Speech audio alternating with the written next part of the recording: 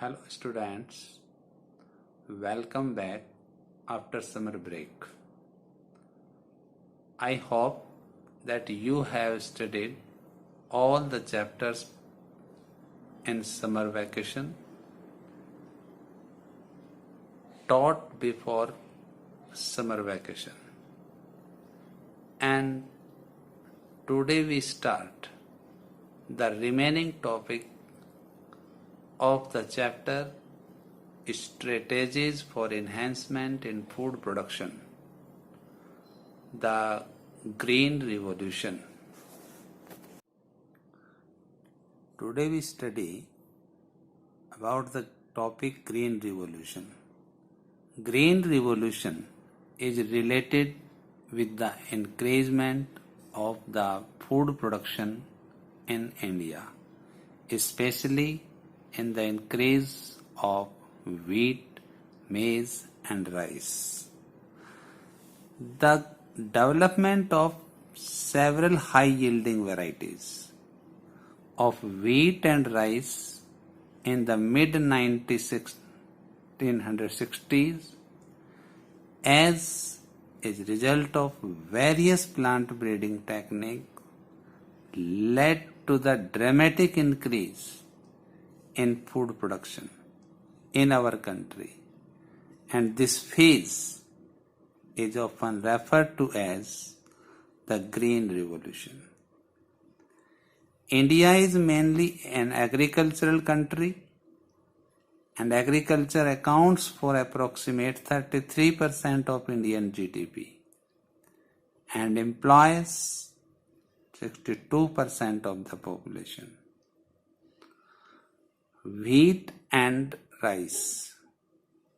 During 1960 to 2000, the production of wheat increased from 11 million tons to 75 million tons, while the production of rice increased from 35 million tons to 89.5 million tons. And this increase in production was due to the introduction of semi-dwarf varieties of wheat and rice.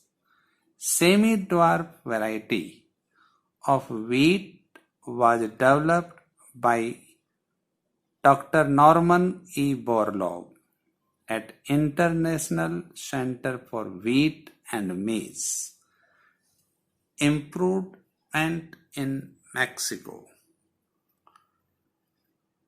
Semi-dwarf varieties of rice were developed from IR8, developed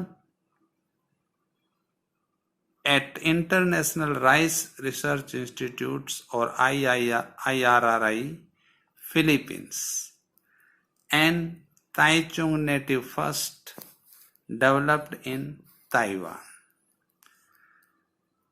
High-yielding and disease-resistant wheat varieties were introduced in India in 1963.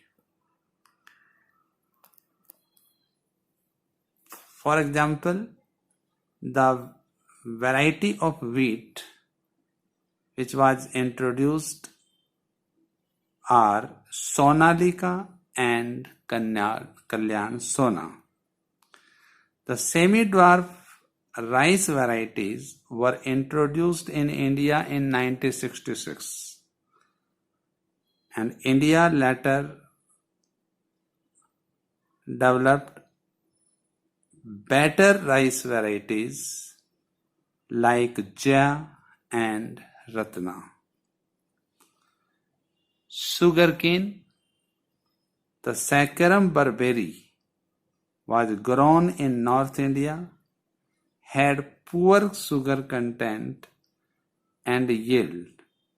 Saccharum officinarum did not grow in North India but had thicker stem and higher sugar content. The new sugarcane varieties formed by crossing the two varieties had the following qualities. They have high yield, high sugar content, ability to grow in North India, thick stem. Now we study millets. Several high-yielding varieties of maize, jawar, and bajra have been successfully developed in India.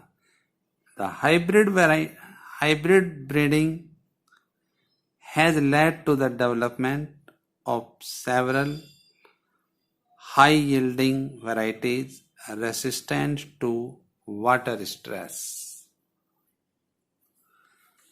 Plant breeding for disease resistance.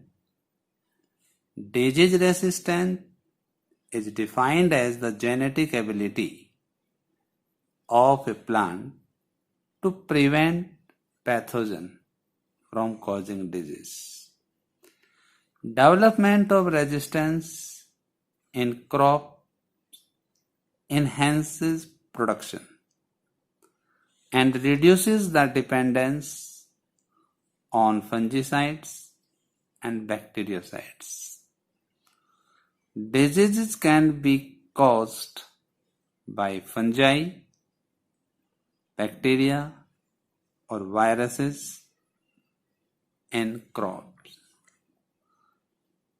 We take some example like the disease caused by fungi are brown rust of wheat, red rot of sugarcane, late blight of potato, and the disease caused by bacteria are black rot of crucifers, blight of rice, citrus canker,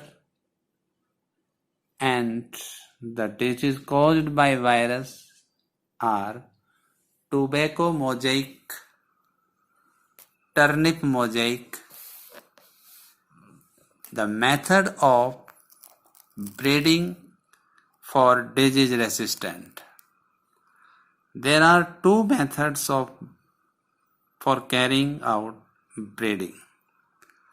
One is the conventional breeding techniques and other is the mutational breeding. First of all, we see that conventional breeding methods. It is carried out by the following steps.